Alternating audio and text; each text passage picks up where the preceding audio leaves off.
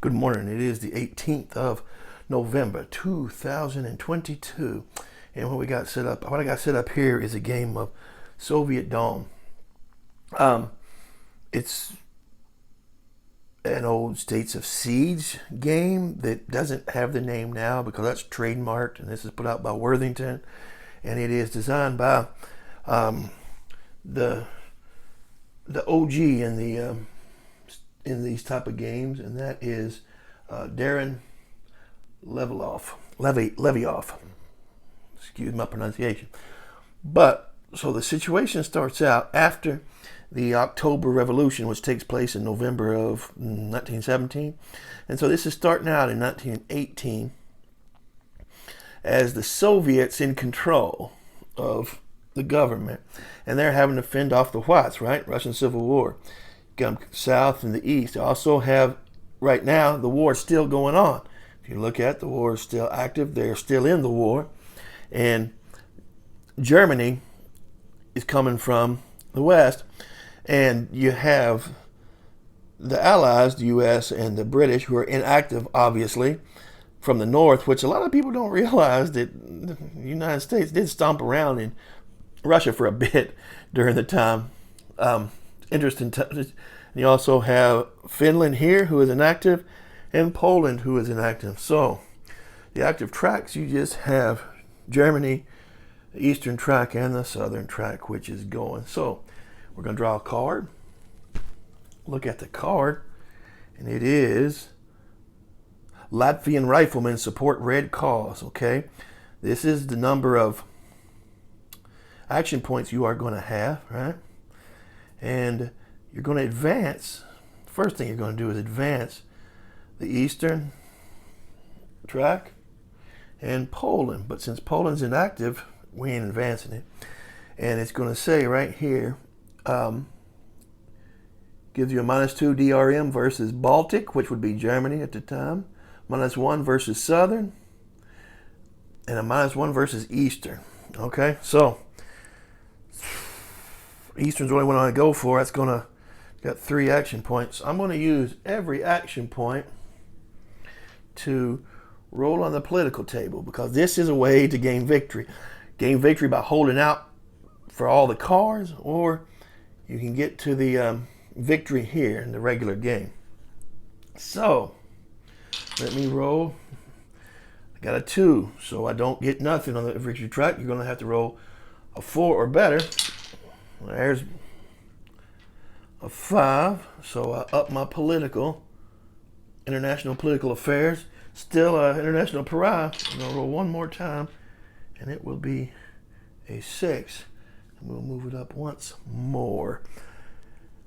Maybe we'll play another one. That was awfully fast. I'll play one more. Okay. Oh, boy.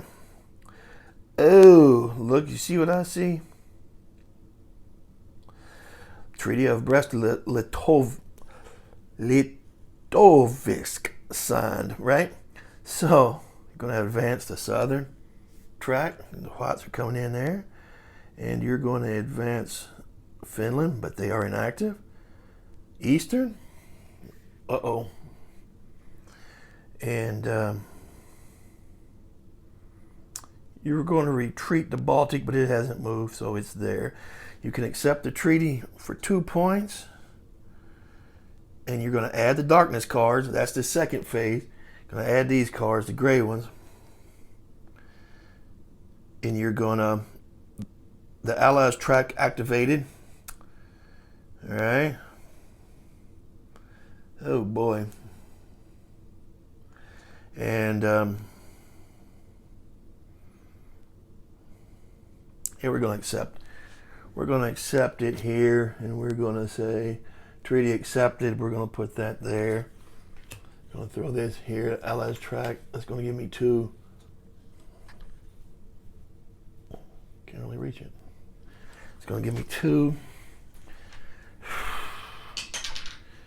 So, it's a 1, nothing. And a 1, nothing. I was going for political there. So that's how you play the game, and you go through. And you didn't, of course, I would add these, right?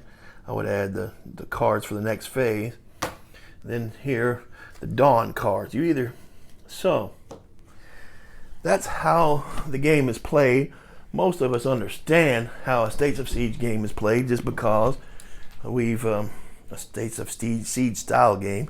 Sorry, because in the from about what 2007 or even till about 2016, they were kind of a thing, man. I played a bunch of them. I loved them. I have a bunch of them.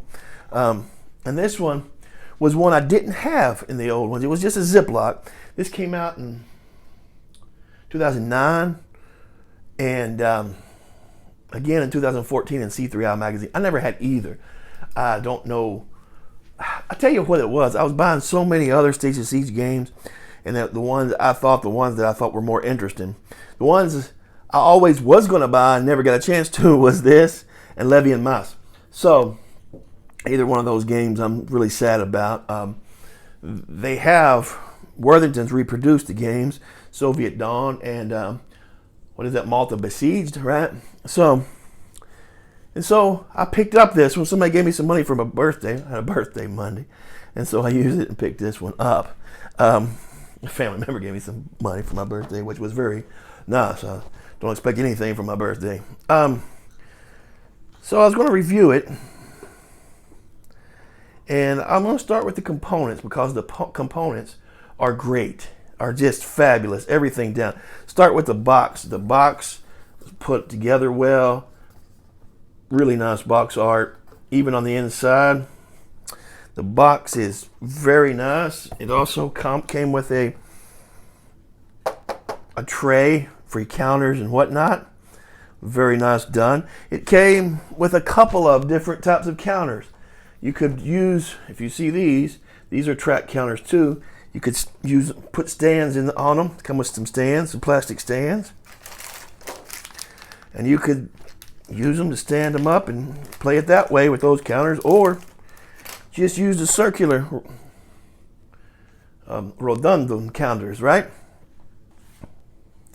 That's it. So no problem with the components. Components are A1. The cards are very nice. Very nice, right? Nice finish to the cards. Very well done. Everything's nice when it comes to that. Look, the board just a mounted map. Sequence of play here. Your table, political dissent, Red Army, Great War status. Everything you need right here. Hands on. I have no complaints about any of that. That is good. The game itself is a tried and tested design. The design is good. It's on the simpler side, to be honest with you. It's not, some of the States of Siege games as they moved on, just got more and more, added more and more to it, more levers, and some of that is really good, and some of it just gets in the way. But this one's one of the simpler ones, not the simplest one. It's another one by Mr. Levioff that's the simplest one, right? Israeli Independence is probably the simplest one. But this one is not that simple, but it's still really easy. Pick it up and learn it. Look, I picked this up, read the rules, played it like 3 times and had it beat in about an hour. So that's about as fast as you go. Some of the games last longer, some of them end quicker. And that's how it is. And it can't, my whole thing is always, I hate to do that, focus on the political track, and you can get a win if you focus on that and you just do enough to hold everyone off, which to me, that's the easiest way to go. So, but it's certainly not my favorite of the States of Siege games now that I've played it. It's good. It's good. Just not my favorite of the States of Siege States of Siege games. My other, I don't know. I might do a video on my favorite of these type of games, how they are. I may do that. One of my best 5 or 10 of these games. I could very easily see that. Maybe I'll do that sometime soon. But this one is probably in the middle. It's not the best and it's not the worst, but it is good. The other thing I want to say, I wasn't reading the flavor text on any of these cards. These games, the flavor text means so much to me because this is how you learn a little bit about the subject. It's as you go. So in that regard, it's a win. But again, don't just focus on the mechanics. I'll tell anybody, read these flavor texts. I'm still reading through them as I play. I don't read them before I play. I read them through them as I play because I think that makes it a little more evocative, if you will. But so the game is solid. The only thing I don't like about it is the price. I think the cheapest I could find it brand new in shrink was on eBay, and I was $74 or something, and with shipping it was about $88. If you get it on Amazon brand new, it's going to be $90 before tax, prime shipping. Same with Malta Besiege, by the way. And if you buy it from the website, I'm not sure how much they're taxing you or how much their shipping is, but I think it's around $75 or $70, something like that. Now, with that being said, I picked this up because I, quite frankly, got free money, right? Would I have ever spent the kind of money to get it if if it wouldn't have been a birthday present? No. I wouldn't have used, I could find better use for the better part of $100 than buy this particular game. It's a fun game, a good game, but is it worth $88? No, it is not. In any way, shape, or form, and you could get a lot more bang for your buck because it's just, you will play it quite a bit, but for me, no, it is not. That's my one thing I did not like about it is the price. Now, again, the components are great. I would almost rather it be a downgrade in components as far as to be a little cheaper, but that's me. I pay for my game, so I feel like I'm going to comment on the price. I know a lot of people don't like to comment on price, but hey, for me, I comment on it because that's one of the most important things for me in buying games. I pay for every one of my games, so I'm going to tell you the truth about it, right? So the price is a sticking point with me. But other than that, the game's great. Game's good. Very few games are great. I would give it a 6.5 out of 10, 7 maybe, but it's a good game. Components are top notch. If you don't mind paying a little more for what you get here, then sure, go ahead, absolutely get it. If you already have Soviet Dawn and you just want better components, that wouldn't be my thing. I know a lot of people like bling. This is blinged up pretty good, so that's it. That's that on that. But yeah, good game, kind of high price, and what else are you gonna do, right? Would I buy it again? Yeah, if I had I don't know. If I had to do over again and had the same amount of money to spend on something else, I might get. And I know what I know. I might get Malta Besiege, but I might get this. It's interesting. But yeah, I'm not mad I got it. It's not going anywhere. I'm going to play it probably more than I play a few other games just because it's easy setup, very easy, very small footprint. Even though it's kind of a bigger map and kind of big than the other, still a pretty small footprint. So I will play it more than I do other games. So there you go. Maybe I would get more play time, more play out of it. So maybe that'll make me feel better in the long run. It very well could. If I get 100 plays out of it, which I've probably played it 20 times, if I get 100 plays out of it, then by all means, it's worth it. But still, that's my only downfall on it is the price. And hope everyone enjoyed. Hope this helped. Go out and get it if you would like to. Who's it for? That's my thing always. Who's something for?